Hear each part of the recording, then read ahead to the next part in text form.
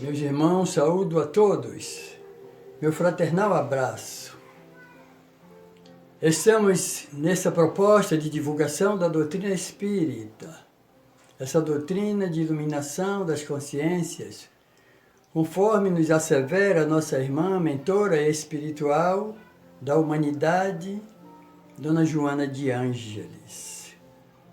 Nós recordamos John. John era um garoto de 12 anos de idade. Não mais. Era exatamente essa sua faixa de idade. Aquele menino estudava numa escola onde todos os dias ele chegava atrasado. Todas as manhãs, John era o último a chegar na sua sala de aula. Lá já estavam todos os seus colegas. Lá já estava o seu professor, o seu Alberto. E John batia à porta, atrasado, cansado, à porta da escola. E o professor autorizava para que ele entrasse.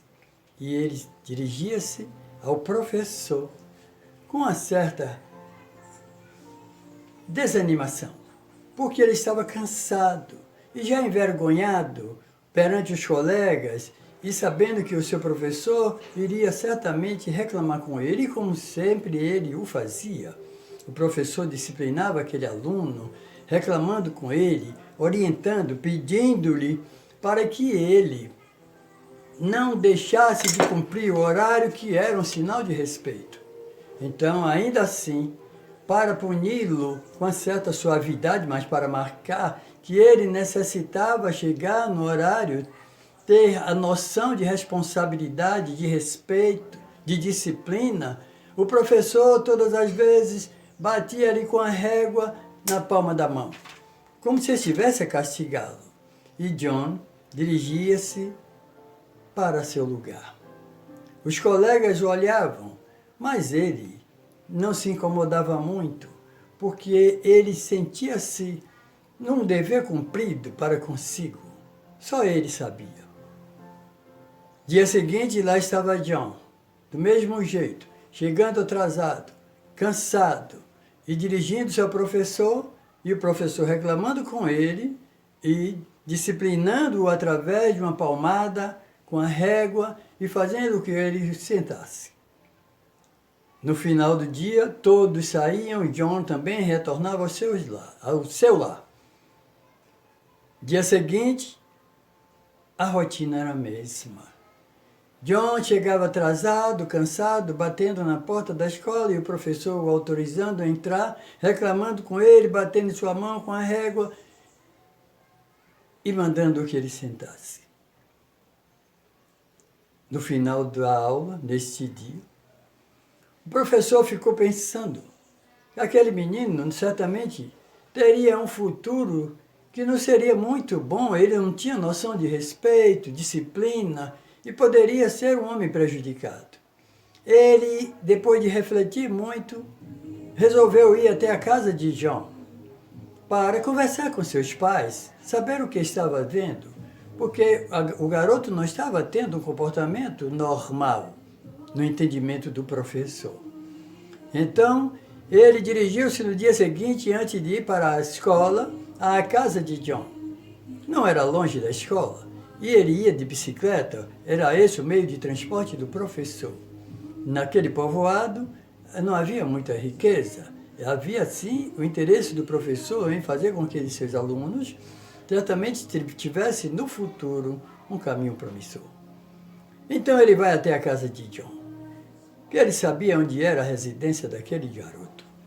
E quando chegou, bem próximo, ele viu que a porta da casa de John se abria. E ele parou a uma certa distância e observou então que a porta abrindo-se, saía uma cadeira de rodas. Ele imaginava que atrás da cadeira de rodas tivesse algum adulto levando alguém, mas ele observou que atrás da cadeira de rodas, empurrando aquela cadeira, estava John.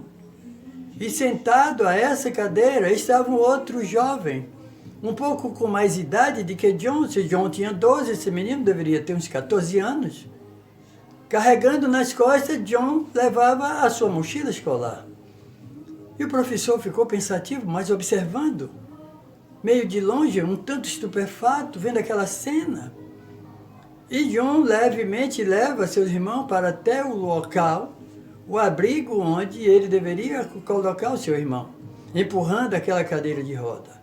E na entrada da casa tinha uma rampa, onde John fazia um certo esforço para conseguir lograr êxito.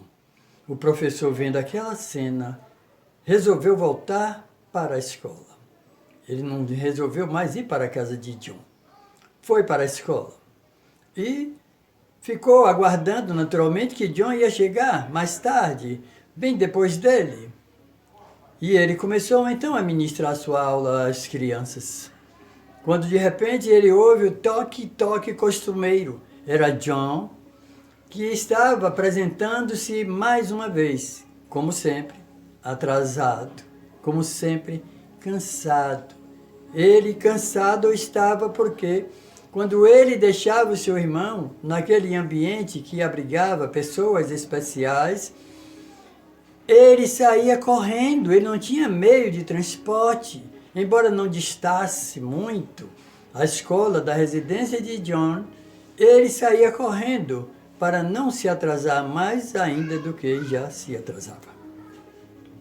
Nesta manhã, o professor autoriza John, depois que ele pede permissão através das batidas da porta. E ele entra, cabisbaixo, os seus colegas todos olhando para ele como costumeiramente o faziam. John dirige-se ao professor, olha para ele, sem nada dizer. O seu professor Alberto também olha para John, com a régua na mão. E ele não sabia o que dizer a John.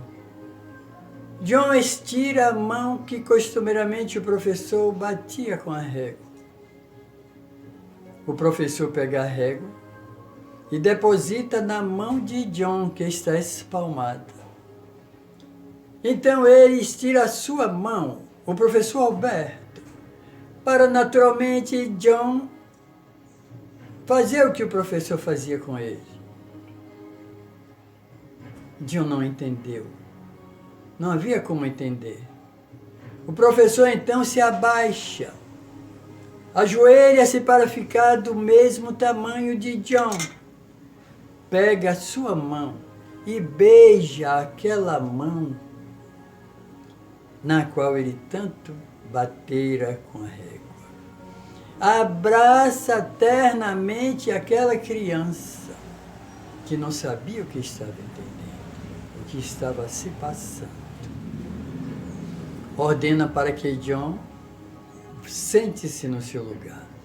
Toda aquela sala está olhando para o professor sem entender. Ninguém entendia aquele gesto, o professor que todos os dias batia em John. Agora estava ajoelhado diante de John, abraçando, chorando, aconchegando John ao seu peito. Todos olhavam como que estivessem pedindo uma explicação. E o professor, então, resolve naquela manhã dar uma aula de solidariedade.